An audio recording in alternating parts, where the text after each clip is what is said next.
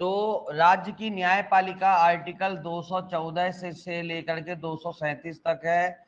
इसको दो पार्ट में डिवाइड कर सकते हैं जुडिशरी को। एक जो है तो हायर जुडिशरी और दूसरा पार्ट जो है तो आप बता सकते हो लोअर जुडिशरी, ठीक है ना। तो जुडिशरी को जो है तो न्यायपालिका को आप हायर जुडिशरी और लोअर जुडिशरी में पार्टिसिपेट कर सकते हो। हायर जुडिशरी का मतलब है हाई कोर्ट और लोअर जुडिशरी का मतलब होता है डिस्ट्रिक्ट कोर्ट या फिर जो है तो सिविल जज। हायर जुडिशरी की सॉरी बातचीत करते हैं। तो हायर जुडिशरी के लिए आपका आर्टिकल जो है तो कहां से बातचीत करता है,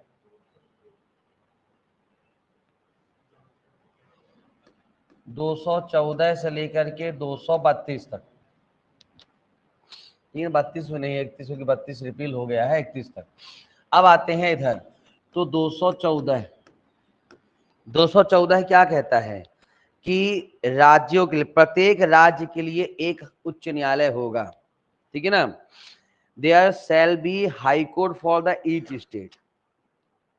तो अब बेसिकली ये कहता है कि high court for each states, लेकिन उसके बावजूद भी भारत में हाई कोर्ट की संख्या कितनी है, 25 हाई कोर्ट, जबकि भारत में राज्य कितने हैं, 28 और 25 हाई कोर्ट है। सबसे नया हाई कोर्ट कहां के लिए बना, किसके लिए, आंध्र प्रदेश के लिए अरावली हाई कोर्ट, है ना। क्योंकि ये कंफ्यूजन वाला प्रश्न बनता है, क्योंकि आंध्र प्रदेश पहले से था, तेलंगाना बाद में ना, लेकिन नया हाई कोर्ट बनाया गया आंध्र प्रदेश के लिए, तेलंगाना के लिए नहीं। जबकि सबसे नया राज्य अंतिम जो बन के तैयार हुआ वो कौन सा था, तेलंगाना ही था, है ना। तो पहली चीज ये कहता है। दूसरा 215 ये कहता है high court is a court of record. High court क्या है, कोर्ट ऑफ रिकॉर्ड है। दूसरा क्या कहता है, high court is a court of record. Supreme court court of record माना जाएगा इन विच आर्टिकल है, 129 के तहत, और high court court of record माना जाएगा 215 के तहत। अब आते हैं 216, 216। ये क्या कहता है कि प्रत्येक हाई कोर्ट एक मुख्य न्यायमूर्ति और अन्य न्यायमूर्ति जिसको राष्ट्रपति, अब ये देखो यहाँ पे समय समय पर नियुक्त करना। तो अब यहाँ पर एक सीजे ऑफ स्टेट प्लस, ठीक है ना, आवश्यक आवश्यक जो है तो जजेस, एक सीजे ऑफ एस और आवश्यक जजेस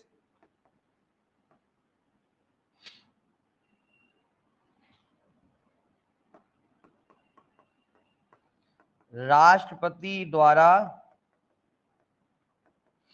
नियुक्ति, अपॉइंटेड बाय प्रेसिडेंट। राष्ट्रपति द्वारा क्या की जाएगी, नियुक्ति की जाएगी। ये यहां पर 216 ध्यान में रखिएगा, 216, ठीक है। कोई समस्या, सिंपल सा। अब एक बात ध्यान रखना, एक सीजीआई होगा और आवश्यक जजेस होंगे सुप्रीम कोर्ट में। तो सुप्रीम कोर्ट में कितने जजेस होंगे कौन डिसाइड करेगा, सुप्रीम कोर्ट में कितने जज होंगे कौन डिसाइड करेगा, पार्लियामेंट बाय लॉ डिसाइड करेगा। कहां लिखा है,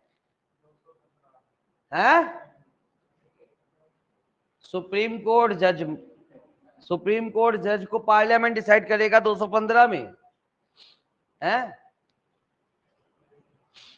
ऐसे ही आपको डराया जाएगा, धमकाया जाएगा, आपके टेम्परामेंट को टेस्ट किया जाएगा। कुछ पढ़ के आए हो कि नहीं आए हो, ऐसे ही आ गए मुंह उठा के जज बनने के लिए, ऐसे ही आप जवाब दोगे।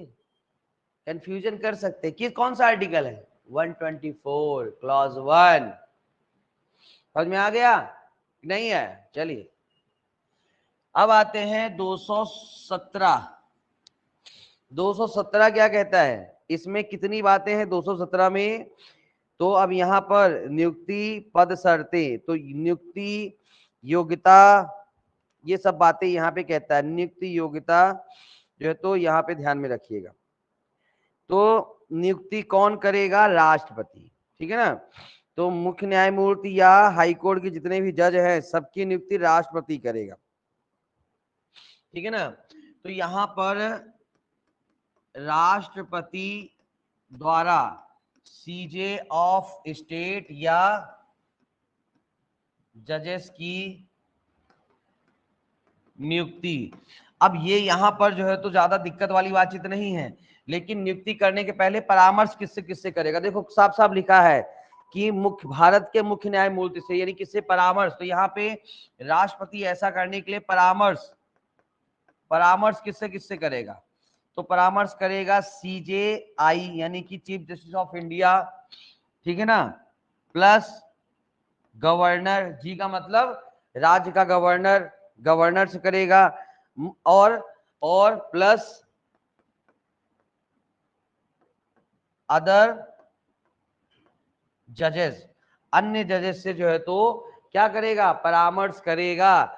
ये थोड़ा सा ध्यान रखना कि जनरली जो है तो CJI और अदर जजेस से परामर्श करेगा। हमने कॉलेजियम सिस्टम में पढ़ा है कि उनसे परामर्श हो सकता है, अंतिम फैसला CJI होगा। लेकिन यहां पर ये जो जानकारी है कि गवर्नर से भी परामर्श करेगा, ये ऐसी जानकारी है कि जो ओटी भी बना सकती है और जहां पे संभावनाएं हो सकती हैं कोई प्रश्न की। क्लियर कहानी है ना? थोड़ा कंट्राडिक्ट, देखो एक बात समझना, प्रश्न हमेशा पूछा जाता है कोई भी ऐसी चीज पर जो थोड़ा सा कंट्राडिक्ट हो, मतलब थोड़ी ऐसी बात करें स्पेशल हो। तो भैया चीफ जस्टिस ऑफ इंडिया न्यायपालिका का आदमी है, अदर जजेस भी, लेकिन ये जो गवर्नर है ये तो एक तरह से नियुक्त होता है केंद्र सरकार के द्वारा, लेकिन इससे परामर्श करेगा राष्ट्रपति, है ना। तो ये ध्यान रखना। अगली जो चीज 217 में बताई गई है वो ये कि इनकी जो है तो रिटायरमेंट एज कितनी होगी। तो यहां पर तो रिटायरमेंट एज होगी 62 ईयर, 62 वर्ष में जो है तो किसी कोई भी जो है तो कह सकते हैं कि यहाँ पर रिटायर हो जाएगा, ठीक है ना, 62 वर्ष। बाकी अब देखो राष्ट्रपति यदि जो है तो राष्ट्रपति यहाँ पे परंतु भी देखो, परंतु कोई भी न्यायाधीश, कोई भी हाई कोर्ट जज किसको अपना रेजिग्नेशन दे सकता है? राष्ट्रपति को। भाई राष्ट्रपति ने नियुक्त किया तो त्याग पत्र भी किसको देगा? राष्ट्रपति को। दूसरा देखो लिखा है ना कि इसको उसी प्रक्रिया के द्वारा हटाया जाएगा जिस आर्टिकल 124 क्लॉज 4 की प्रक्रिया। तो आर्टिकल 124 क्लॉज 4 में कौन सी प्रक्रिया है? प्रोसेस लाइक इम्पीचमेंट, है ना। और तीसरा कि एक चूंकि हाईकोर्ट जज का ट्रांसफर भी होता है, जैसे मध्य प्रदेश हाईकोर्ट जज में है तो उसका ट्रांसफर यूपी में बिठा दिया, यूपी से बिहार पहुंचा दिया, तो उनका ट्रांसफर भी होता है, यहाँ पर ध्यान रखिए। तो 3 तरीके हैं जब किसी भी राज्य के न्यायाधीश का पद खाली हो जाता है। पहला, या तो अपना रेजिग्नेशन दे दे, दूसरा या तो उसको हटा दिया जाए आर्टिकल 124 का प्रक्रिया, और तीसरा या तो उसका ट्रांसफर कर दिया जाए, अंतरण कर दिया जाए। तो 3 तरीके से उसका पद क्या हो जाएगा? खाली हो जाएगा। यह बात आपकी आर्टिकल 217 कहता है। कोई समस्या किसी को हो तो बताइए। क्लियर कहानी? ठीक है, ठीक है ना। मैं अब इसको यहाँ नीचे लाइन पे जाए ऐसे बता देता हूँ ना, उधर जो बाद में पढ़ लेंगे। चलिए, तो ये चीजें यहाँ पे ध्यान रखिए। अब यहाँ पे आते हैं आपका 217 में और क्या बातें हैं। 217 में और चीज देख लेते हैं। तो योग्यता, 217 में अगली चीज क्या बताएगी? योग्यता। योग्यता तो भैया क्या योग्यता होगी? तो यहाँ पे योग्यता देखो 2 में बताया गया है। पहले तो भारत का नागरिक हो, भारत का नागरिक, ठीक है ना। प्लस अब देखो भारत का नागरिक, ये पहली योग्यता कंपलसरी है, और दूसरी में कोई भी एक हो। तो या भारत का नागरिक प्लस 10 ईयर, ठीक है ना, 10 ईयर जुडिशियल 10 ईयर जो है तो क्या होना चाहिए, जुडिशियल ऑफिसर हो यानी कि किसी न्यायिक पद में रह चुका हो, या 10 ईयर हाई कोर्ट जो है तो एडवोकेट, ठीक है ना। तो या तो 10 साल जुडिशियल ऑफिसर हो किसी भी, मतलब किसी भी सरकार के अंतर्गत 10 साल तक लगातार न्यायिक पद यानी जुडिशियल ऑफिसर के तौर पर उसने काम किया हो, ठीक है ना। या फिर जो है तो 10 साल क्या हो, हाई कोर्ट एडवोकेट, साथ में भारत के नागरिक होना चाहिए। तो ऐसी कंडीशन में ये बंदा क्या बन सकता है, हाई कोर्ट जज बन सकता है। और लास्ट जो है तो कभी प्रश्न बन जाए कि 217 पैरा 3 की हाई कोर्ट जजेस की हाई कोर्ट जजेस की उम्र के विवाद का निपटारा कौन करेगा, राष्ट्रपति द्वारा। हाईकोर्ट जजेस के विवाद का मतलब उम्र के संबंध में, एज को लेकर के कोई विवाद हो जाए तो उसका निपटारा कौन करेगा, राष्ट्रपति करेगा, ठीक है ना। ये सभी बातें जो है तो आपका कहां बताया गया है, 217 में, ठीक है। तो 217 में इतनी बातें काम की है, समझ में आ रही है। तो राष्ट्रपति जो चीफ जस्टिस ऑफ स्टेट और जजेस की नियुक्ति करेगा, नियुक्त करने के पहले परामर्श किससे लेगा, सीजीआई से, गवर्नर से या अन्य जजों से परामर्श करेगा। रिटायरमेंट की एज 62 साल बताई गई है। फिर उसके बाद योग्यता क्या है, भारत का नागरिक, 10 साल जुडिशियल ऑफिसर हो या 10 साल हाई कोर्ट एडवोकेट हो, हाई कोर्ट जज बन सकता है। फिर आर्टिकल 270 क्लॉज 3 कहता है कि हाई कोर्ट जज की उम्र के बारे में विवाद का निपटारा किसके द्वारा किया जाएगा, राष्ट्रपति के द्वारा। अब अगला आर्टिकल आते हैं भैया 219। 219 कहता है शपथ या प्रतिज्ञान, ठीक है ना, शपथ। तो भाई साहब शपथ, हाई कोर्ट जज शपथ कौन दिलवाएगा, तो यहाँ पे हाई कोर्ट, ठीक है ना, हाई कोर्ट जजेस को शपथ कौन दिलवाएगा, राज्यपाल द्वारा। अब ये बहुत मजेदार बात चीज है कि इसकी नियुक्ति तो कौन कर रहा है, लेकिन शपथ कौन दिलवा रहा है, ये ओटी बनता है। नियुक्ति राष्ट्रपति करता। अच्छा, कई लोग, कई बार बच्चे जो है तो नियुक्ति में ही गलती करके आते हैं कि दिमाग लगाते हैं कि भैया सुप्रीम कोर्ट के जज की नियुक्ति करता है राष्ट्रपति, तो राज्य के जो है हाई कोर्ट के जो है तो जज की नियुक्ति करता होगा राज्यपाल। तो राज्यपाल लगा के आएंगे और फिर बाद में आएंगे, अरे राज्यपाल करता होगा, हमको पता है, और वही कहानी खत्म, है ना। फिर मान लो कुछ ज्यादा पढ़ा बे, तेरे को नहीं पता, सुप्रीम हाई कोर्ट जज की भी नियुक्ति राज्यपाल करता। अच्छा अच्छा, और शपथ, अबे तो जैसे सुप्रीम कोर्ट जज को शपथ कौन दिलवाता है, राष्ट्रपति, इनको भी शपथ राष्ट्रपति दिलवाएगा, और कौन दिलवाएगा, नहीं, इनको शपथ दिलवाएगा कौन, राज्यपाल, है ना। ये ऐसे, ये हमेशा देखो कानून में ना। अच्छा, ये अभी हंसी मजाक में हंस मजा आ, क्या बात है सर, किसी बात समझा रहे हैं, लेकिन एग्जाम हॉल में वो एग्जाम का जो यहाँ पे प्रेशर बैठा रहता है, कभी देखा है, देखा है, नहीं देखा, नहीं देखा, आईने के सामने जाके देखना, ठीक है ना। यदि तुम 40 किलो के हो तो तुमसे दुगनी वजन का एक आदमी, मतलब आदमी औरत जो भी मान लो, यहाँ बैठा रहता है ऐसा बिल्कुल पलटी मार के, उसको बोलते हैं प्रेशर, और वो बड़े बड़े पाप करवाता है एग्जाम हॉल के अंदर, और वो इतने बड़े बड़े पाप होते हैं कि आपका सिलेक्शन रुक जाता है। तो वो आप लोग बोलते हो भूत प्रेत, अरे भूत प्रेत होता है भाई, यही भूत का नाम है प्रेशर, और उसको आप जिंदगी भर ढोते हो, एग्जाम हॉल में लेके जाते हो अपने साथ, ठीक है ना। उस प्रेशर को बाहर निकालने के लिए क्या करना पड़ेगा, मेडिटेशन। कल सर ने बहुत शानदार चीज बोली, मेडिटेशन करना पड़ेगा। तो सर में आपके हावी होता है प्रेशर बन के, है ना, उस प्रेशर को, उस बंदे को आपको उतारना पड़ेगा मेडिटेशन के द्वारा। तो ही वो निकलेगा, नहीं तो उसको ढोना बड़ा भारी पड़ेगा बंधु ना। भाइयों और बहनों दोनों समझ लो, बड़ा भारी पड़ेगा, तो कृपया करके उसको मत ढोइएगा। क्लियर कहानी? ओके चलिए, तो ये चीजें यहाँ पे ध्यान में रखिएगा। क्लियर? ओके, बात समझ में आई। अब आते हैं भाई साहब आर्टिकल 220। अब हाईकोर्ट जज रिटायर हो गया, तो हाईकोर्ट जज बोले अब रिटायर हो गया, अब करेंगे प्रैक्टिस।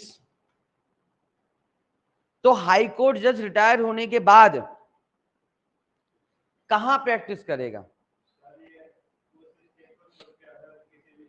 जैसे कोई हाईकोर्ट जज की नियुक्ति हुई थी एमपी में, उसका ट्रांसफर हुआ था यूपी में, बिहार, 3 जगह उसने काम किया। तो यदि कोई हाईकोर्ट जिस जिस राज्य में उसने एज ए जज काम किया है, उस राज्य के हाईकोर्ट में प्रैक्टिस नहीं कर सकता, लेकिन उस राज्य को छोड़ करके बाकी अन्य राज्य या सुप्रीम कोर्ट में जाके प्रैक्टिस कर सकता। लेकिन कोई भी व्यक्ति चाहे दिल्ली हाईकोर्ट से रिटायर हुआ है, वो एमपी में आकर किसी लोअर कोर्ट में प्रैक्टिस नहीं। अभी यह हाईकोर्ट जज है, एमपी लोअर कोर्ट में भी आएगा तो बोले तुम्हारा वकील कौन है? अरे वकील जो है तो शर्मा शर्मा जी है। कौन शर्मा जी? शर्मा अंकल शर्मा जी। कौन शर्मा जी? अरे वो दिल्ली में हाईकोर्ट जज थे। अच्छा, तो जैसे दिल्ली में हाईकोर्ट जज थे, अच्छा, तो वो जो जज है बेचारा वो काम जाएगा, हे प्रभु जज साहब आ रहे हैं, इनके सामने हमारी क्या चलेगी। तो मतलब वो इन्फ्लुएंस हो सकता है, इसको बोलते नेचुरल न्याय नहीं हो पाएगा भाई। कॉमन सेंस की बात है कि भैया तुम कितने भी अब तुम्हारे अंदर बेशर्मी ना चढ़ी हो, तो तुम कितने भी तन के बैठो, लेकिन दादा परदादा आ जाते तो आदमी थोड़ा सा नम्र हो ही जाता है। सर, अरे दादा जैसा आप बोले, आज जो बोले, आप जो कहें, है ना। क्लियर कहानी? तो ये चीज यहाँ पे ध्यान में रखिएगा। तो कोई भी हाई कोर्ट जो जज है, जिन जिन राज्यों में उसने एज ए जज काम किया है, उन राज्यों में प्रैक्टिस नहीं करेगा। मतलब उन राज्यों के हाई कोर्ट में प्रैक्टिस नहीं करेगा। बाकी अन्य राज्यों के हाई कोर्ट और सुप्रीम कोर्ट में प्रैक्टिस कर सकता है, लेकिन किसी भी राज्य के लोअर कोर्ट में हाई कोर्ट जज प्रैक्टिस नहीं करेगा। ये बात अच्छी तरीके से ध्यान में रखिएगा। क्लियर? क्लियर? क्लियर? कोई समस्या? चलिए, ये कहता है 220। देखो गलत तो नहीं लिखा है, ऐसे लिखा है ना, मतलब सही पढ़ा है मैंने, है ना। अगला आर्टिकल काम का है 222। तो बेसिकली उसका हेडिंग में पढ़ लो कि किसी न्यायाधीश का एक हाईकोर्ट से दूसरे हाईकोर्ट में ट्रांसफर कौन करता है? राष्ट्रपति, भारत के मुख्य न्यायमूर्ति के परामर्श करने के बाद। लेकिन मैं आपको बेसिकली बता दूं कि इन सब चीजों के लिए कॉलोजियम काम करता है, तो राष्ट्रपति ही करता है कॉलोजियम। तो मैं आपको बताऊं कि हाई कोर्ट या सुप्रीम कोर्ट के जजेस की नियुक्ति करनी है या हाई कोर्ट के जजेस का ट्रांसफर करना है, इन सब के लिए जो है तो कॉलेजियम ही काम करता है। इन सब के लिए कौन काम करता है? कॉलेजियम ही काम करता है। ये चीज यहाँ पे ध्यान में रखिएगा, ठीक है।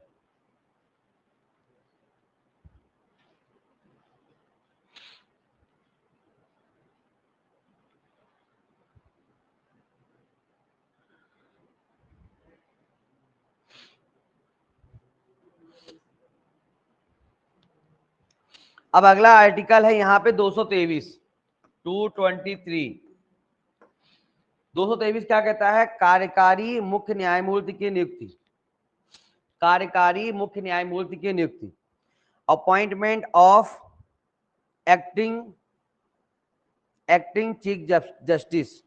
अच्छा, कार्यकारी मुख्य न्यायमूर्ति की नियुक्ति सुप्रीम कोर्ट में किस आर्टिकल में होती है? 126 में होती है, ठीक है ना, ठीक है ना। एडहॉक जज 127। तो कार्यकारी मुख्य न्यायमूर्ति की नियुक्ति जो है तो राष्ट्रपति द्वारा यहाँ पर किया जाता है, राष्ट्रपति ही करता है। एक न्यायाधीश जिसको राष्ट्रपति को लगता है कि इसको हाई कोर्ट जज नियुक्त कर सकते हैं, तो कार्यकारी मुख्य न्यायमूर्ति कर सकता है। अपर और कार्यकारी न्यायाधीश की नियुक्ति। अब ये थोड़ा सा 224 महत्वपूर्ण है। तो कार्यकारी जो है तो चीफ जस्टिस ऑफ स्टेट की नियुक्ति हो रही है, और 224 जो है तो यहाँ पे कार्यकारी जो है तो जज ऑफ हाई कोर्ट, ठीक है ना। तो acting chief justice of high court, कार्यकारी मतलब इसको बोलते हैं एक्टिंग क्योंकि ये काम करने की एक्टिंग करता है बस, है ना, इसीलिए इसको एक्टिंग बोलते हैं, एक्टिंग चीफ जस्टिस। तो देखो क्या होता है, कई बार हाई कोर्ट में अचानक काम बढ़ गया या हाई कोर्ट में बहुत ज्यादा काम पेंडिंग पड़ा हुआ है, तो जनरली उस हाई कोर्ट का जो चीफ जस्टिस है तो रिक्वेस्ट करता है, इसमें लिखा तो नहीं है, मतलब राष्ट्रपति को जानकारी मिल गई किसी हाई कोर्ट में बहुत ज्यादा काम पड़ा हुआ है, बहुत बकाया पड़ा हुआ है, तो राष्ट्रपति सम्यक रूप से योग्य व्यक्ति, यानी कि किसी भी ऐसे व्यक्ति को सम्यक रूप से योग्य, मतलब कि ऐसा कोई भी व्यक्ति जो हाईकोर्ट जज बनने के लिए क्वालिफाइड है, यानी कि यदि वो जज के तौर पर काम कर रहा है तो कम से कम 10 साल उसने काम कर लिया और कंटिन्यूसली, एक शब्द यहाँ पे यूज होता है कंटिन्यूसली, उसका मतलब ये होता है लगातार, मतलब कि ऐसा ना हो जैसे मान लो आपने 5 साल जज के तौर पर काम किया, इस बीच आपको कहीं दूसरी जगह काम दे दिया गया है ना, होता है डेपुटेशन वगैरह भेज देते हैं, 2 साल वहां किया, फिर वापस आके आपने फिर 5 साल किया, तो अब बोलो 10 साल हो गया, ऐसे 10 साल या नहीं होता, कंटिन्यूसली। अभी जैसे आपका ये जो 3 साल वाला है उसमें लगा लगातार 3 साल, यहाँ भी ऐसा लिखा है, तो बच्चा ये नहीं करे कि 1 साल कर दे, सर 1 साल 2015 में किया था, अब फिर सर जॉब करने चले गए, फिर उसके बाद 1 साल 2016 में, और सर अभी 2022 में 3 साल हो गए, 2023 में आपके सामने आ गए, तो बोले बेटा अभी तो वापस जा, 24-25 जब हो जाएगा 26 में आना, कंटिन्यूसली लिखा है, पढ़, वकील है, इंटरप्रिटेशन सीख है। तो ये चीज यहाँ पे ध्यान रखिएगा, एक्टिंग लिखा है ना, थोड़ा मेरे अंदर कभी एक्टिंग निकला है, अच्छा हुआ तो अच्छी बात है, बुरा हुआ तो तेल जाने देना, ठीक है ना।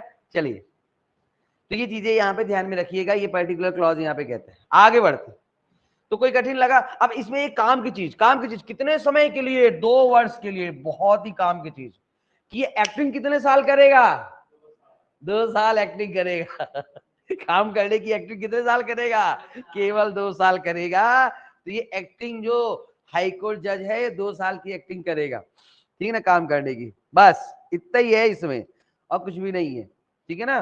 तो कोई भी हाईकोर्ट जो है तो जज होने के लिए क्वालिफाइड हो, यानी 10 साल प्रैक्टिस हो, 10 साल लगातार हाईकोर्ट जज हो, उसको 2 साल के लिए कौन नियुक्त करता है, acting chief justice by president, राष्ट्रपति के द्वारा इसकी नियुक्ति होगी, ये आर्टिकल 224 कहता है। अब आते हैं, समझ में आ रहा है, किसी को कोई समस्या तो नहीं लग रही है, कोई कठिनाई तो नहीं लग रही है। अब आते हैं आर्टिकल 226 226। अब मुझे तुम लोग की आईपीसी भी तेज खींचनी पड़ेगी, कि कॉन्स्टी तो अब लगभग जो है तो निपटने के मूड में आ गया। अब बचा क्या, 3-4 चीज तो बची, क्योंकि इससे ज्यादा डिटेल से पढ़ाऊंगा तो तुम लोग बेहोश होकर गिरने लगोगे, है ना, और इतना तुम लोगों को कष्ट नहीं देना मुझे। आते हैं 226, कुछ रिट निकालने की हाई कोर्ट की शक्ति। The power of high court issue certain writ, कुछ रिट निकालने की हाई कोर्ट की शक्ति। अब यहां पर आर्टिकल 226 का हेडिंग पढ़ेंगे तो यहां पे कहता है कुछ रिट निकालने की हाई कोर्ट की शक्ति। अब बेसिकली जो है तो यहां पे हाई कोर्ट की 3 शक्तियों के बारे में बातचीत करता है, 3 शक्तियों। पहला फंडामेंटल राइट्स या fundamental rights or other rights के उल्लंघन पर, फंडामेंटल राइट्स या अदर राइट्स के उल्लंघन पर, अन्य अधिकार के उल्लंघन पर रिट निकालने की, मतलब रिट तीनों चीज लिख लो, रिट, आदेश, निर्देश देने की शक्ति। तो पहला सी सिंपल सा है, तीन चीजों के, फंडामेंटल राइट्स के वायलेशन पर, ठीक है ना, फंडामेंटल राइट्स के वायलेशन पर या अदर राइट्स, ठीक है ना, फंडामेंटल राइट्स के वायलेशन पर सुप्रीम कोर्ट द्वारा रिट किस आर्टिकल में निकाला जाता है? इधर से कविता, हाँ अच्छा, मौलिक अधिकारों के उल्लंघन पर सुप्रीम कोर्ट रिट किस 32, और अन्य अधिकारियों के, अन्य अधिकारों के उल्लंघन पर कौन सा आर्टिकल है? 139। अन्य अधिकार कौन होंगे, ये कौन डिसाइड करेगा? अन्य अधिकार कौन होंगे? संसद डिसाइड करेगी, ठीक है ना। ये कहां लिखा है? 139 में लिखा हुआ है। क्लियर कहानी, बात समझ में आई? तो ये कोई बहुत कठिन नहीं है। 5 प्रकार की रिट होती है तो पता ही है, पढ़ा दिया है मैंने, है ना। कौन कौन सी? हैबियस कार्पस कैसी रिट कहलाती है? प्रक्रियात्मक रिट कहलाती है, क्योंकि अवैध गिरफ्तारी जो कि एक प्रक्रिया का भाग होता है उसके विरुद्ध जारी की जाती है। दूसरा, आपका जुडिशियल रिट कौन कौन सी कहलाती है? न्यायिक रिट पर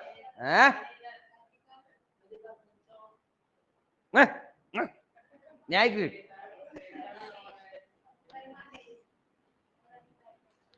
प्रतिषेध और उत्प्रेषण, परमादेश, प्रतिषेध और उत्प्रेषण। प्रतिषेध का मतलब समझते हो? रोक दो। तो कोई भी अधीनस्थ न्यायालय जब अधिकारिता के विरुद्ध काम जाके अधिकारिता के विरुद्ध काम करती है, और कह सकते हो कि कोई भी अधीनस्थ न्यायालय जब नैसर्गिक न्याय के नियमों का उल्लंघन करती है, तो उसको रोकने के लिए जो रिट होती है उसको बोलते हैं प्रतिषेध। और जब मान लो कि किसी न्यायालय ने कोई जजमेंट दे दिया, अब वो जजमेंट अधिकारिता के तहत दिया गया है कि नहीं, इस बात को चेक करने के लिए जो रिट निकाली जाती है उसको बोलते हैं उत्प्रेषण। और परमादेश अधिकार प्रक्षा, परमादेश, कोई लोक सेवक अपने लोक कर्तव्य का पालन नहीं करता है तो परम आदेश दिया जाता है, लोक कर्तव्य का पालन कर, ये तेरा, यही तेरा जो है तो सबसे बड़ा धर्म है, कर्म है। परम आदेश, परमादेश। अधिकार प्रक्षा, व्हाट इज योर, अधिकार पूछना। किसी भी व्यक्ति ने गलत तरीके से किसी लोक पद को होल्ड कर लिया तो उससे पूछना, what is your authority to hold this post my dear friends, please explain it.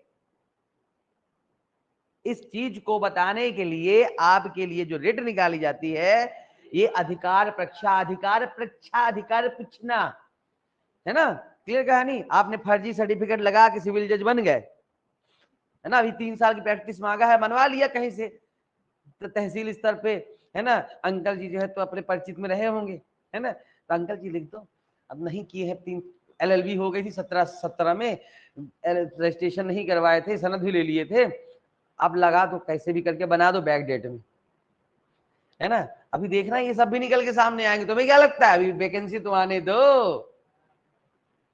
जो कि वकील जितना फर्जी काम कोई नहीं करता है, तो यहां भी दिमाग नहीं लगाएगा क्या? है, देखो लगा लिया ना वकील ने दिमाग, आइडिया तो दे ही दिए मिश्रा सर ने, बदनाम कर दो जाकर के बाहर, है ना।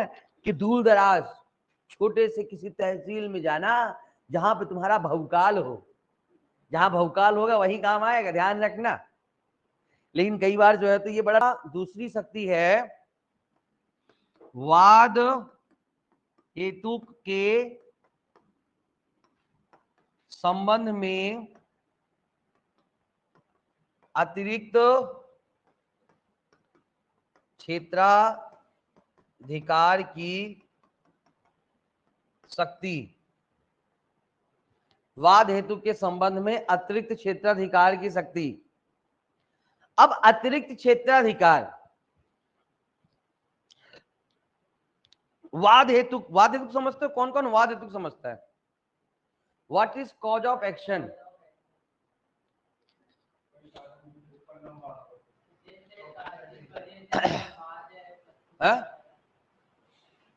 क्या है कॉज ऑफ एक्शन?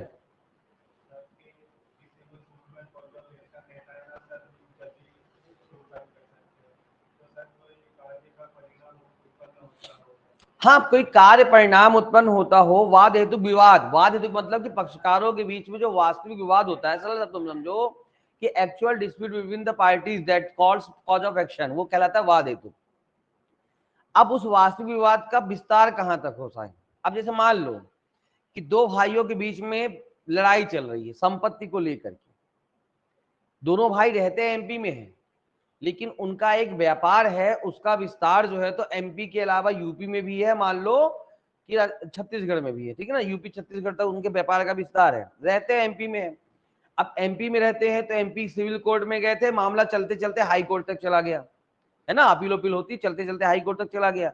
अब जिनका इतना 3-3 राज्यों में भी फैला होगा तो पैसा भी होगा लड़ने के लिए खूब, हाई कोर्ट में मामला चला गया। अब हाई कोर्ट ने बोला कि वो जो व्यापार है उसका बंटवारा दोनों भाइयों में किया जाए। तो अब समझना, एमपी में जो संपत्ति होगी उस व्यापार के तहत वो तो भाइयों में बांट दी जाएगी, लेकिन यूपी और मान लो छत्तीसगढ़ में जो संपत्ति है उसके लिए क्या आपको यूपी और छत्तीसगढ़ जाना पड़ेगा? नहीं, एमपी हाई कोर्ट ही जो है तो उन संपत्तियों के लिए आदेश जारी कर सकती है जो किसी अन्य राज्य में स्थित है। इसको बोला जाता है, देखो लिखा है, पढ़ो, देखो लिखा है ना कि किसी राज्य प्राधिकारी व्यक्ति के निर्देश आदेश निकालने खंड एक प्रदत्त शक्ति उस राज्य के संबंध में जिसके भीतर शक्ति का प्रयोग वाद हेतु पूर्णतः भागता उत्पन्न होता है। अधिकारिता का प्रयोग करने वाले किसी हाईकोर्ट द्वारा इस बात के होते हुए भी कि ऐसी सरकारी प्राधिकारी का स्थान ऐसे व्यक्ति निवास स्थान राज्य क्षेत्र के भीतर नहीं है। अब मान लो कोई संपत्ति ऐसी थी जो यूपी में स्थित थी, तो उस संपत्ति को कुर्क कराना, उस संपत्ति को बंटवारा करवाने का काम जो है तो अब यहाँ पे एमपी हाईकोर्ट बोल सकता है कि मान लो कहते कहाँ में यूपी में, बोले कहाँ यूपी में, बोले लखनऊ में, तो फिर लखनऊ के जो भी ऑफिसर उनको एमपी हाईकोर्ट आदेश दे सकती है कि आप इनकी संपत्ति कुर्क करो और दोनों भाइयों में बंटवारा करो। तो वहां तक इसका विस्तार जो है तो हो सकता है। मान लो कोई संपत्ति जो है तो रायपुर में है, रायपुर छत्तीसगढ़ में है, वहां पर रायपुर के अधिकारी को आदेश दे सकती है, ठीक है ना। तो वाद हेतु का विस्तार यदि मध्य प्रदेश से बाहर है वहां तक भी हाई कोर्ट आदेश दे सकती है। एक बात ध्यान रखना कि न्यायपालिका में यदि सबसे ज्यादा शक्तिशाली विस्तृत शक्तियां किसी को दी गई वो हाई कोर्ट है। देखा जाए तो सुप्रीम कोर्ट कुछ मामलों में सुप्रीम कोर्ट से भी ज्यादा विस्तृत, की सुप्रीम कोर्ट की भी लिमिटेशन है, पर हाई कोर्ट जो है तो अपने लिमिटेशन के बाहर भी जाके काम कर सकती है। और तीसरा जो था ये क्लॉज, ये केवल ओटी के लिए पूछता है। ये 1978 में 44वें संविधान संशोधन में जोड़ा गया था। चौथा क्लॉज बड़ा लंबा चौड़ा लिखा हुआ है, इतना पूछता नहीं है, आप केवल इतना लिख लो, अंतरिम आदेश देने की शक्ति, power to interim giving, power to give interim order, ठीक है ना। तीसरा अंतरिम आदेश देने की शक्ति, power to give interim order, ठीक है ना। तो ये 44 कॉन्स्टिट्यूशन अमेंडमेंट एक्ट 1976 के द्वारा जो है तो ये जोड़ा गया है, ये चीज यहाँ पे ध्यान रखिएगा।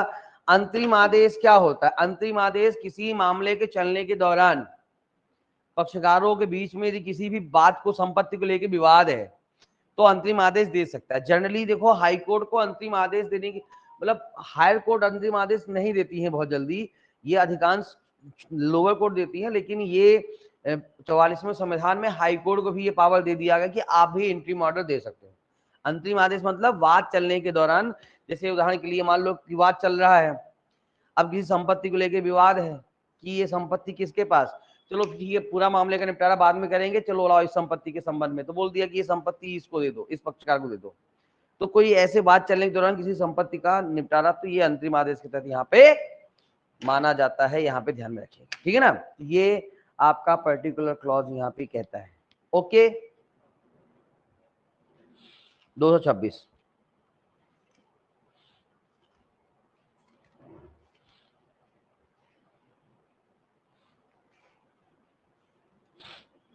अगला आर्टिकल है, समझ में आ रहा है? क्या बात, थक गए? पढ़ लें इसको। कल के लिए ले चलें?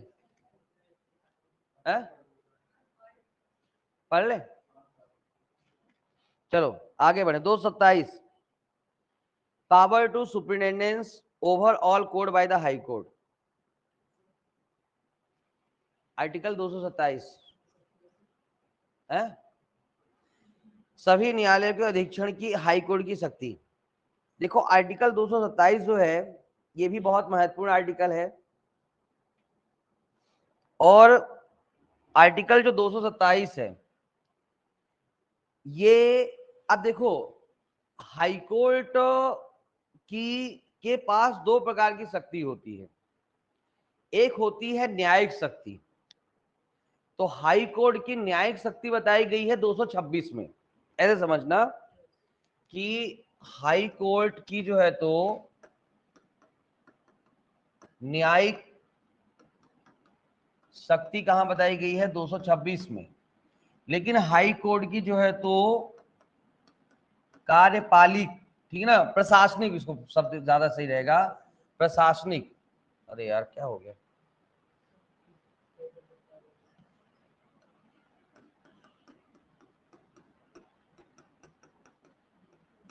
हाई कोर्ट की जो प्रशासनिक शक्ति है, एडमिनिस्ट्रेटिव पावर है, ये बताई गई है 227 में। एडमिनिस्ट्रेटिव मतलब देखो हाई कोर्ट एडमिनिस्ट्रेशन, प्रशासन, जो काम किसका करता है? कंट्रोलिंग का।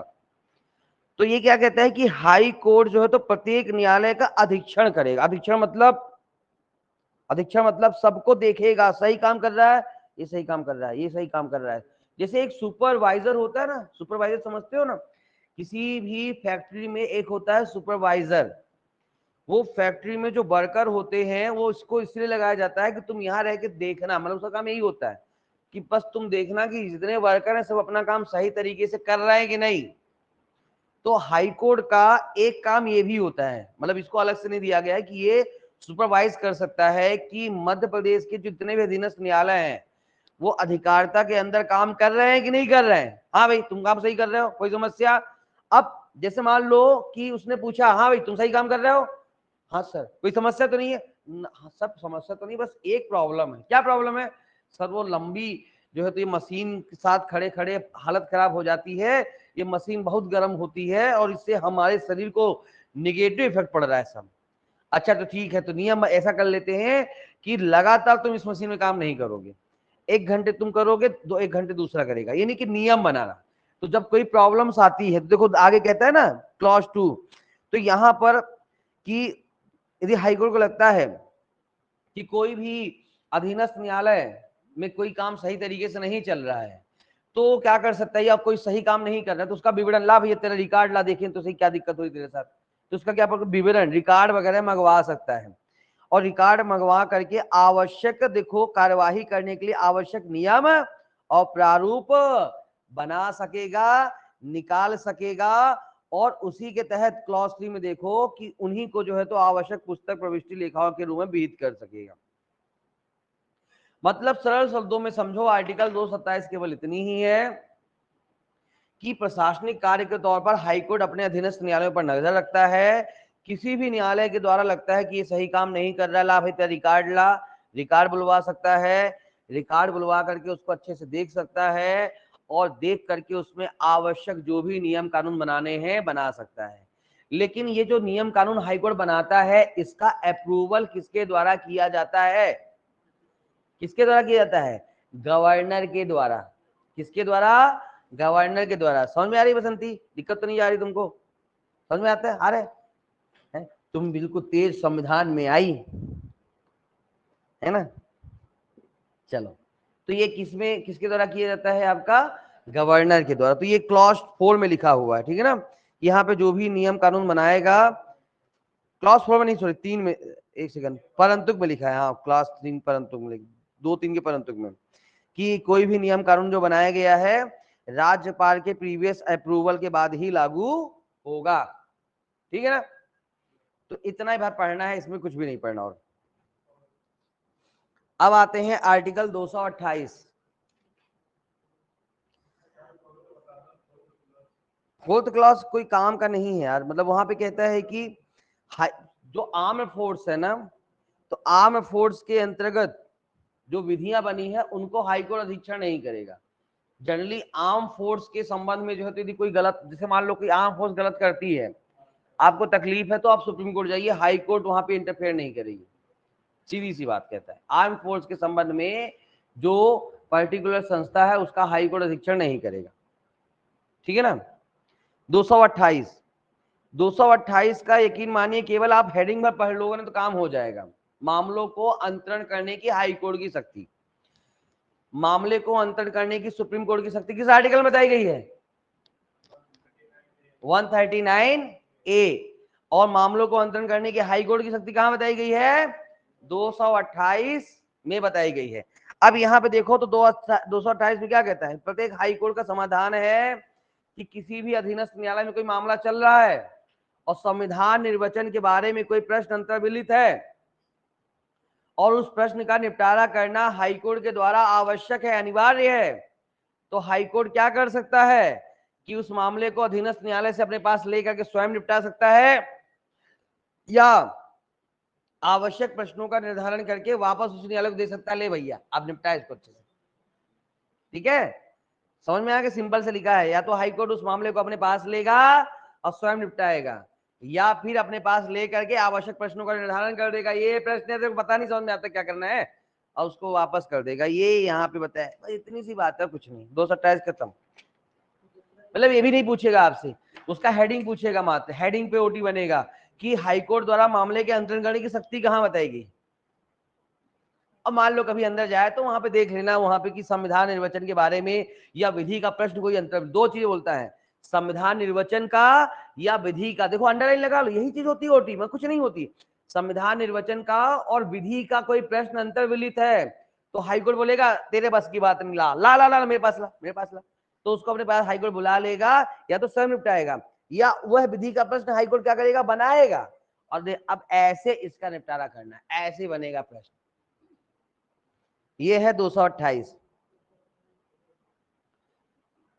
228 के बाद जो है तो 228 ए छोड़ दीजिए, 229 छोड़ दीजिए, 230 और 231 से केवल हेडिंग पढ़ना है कि हाई कोर्ट। अब देखो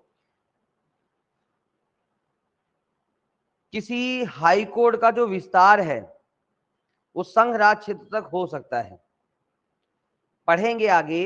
इसके साथ 230 के साथ एक आर्टिकल लिख दो, 241 241, समझिएगा।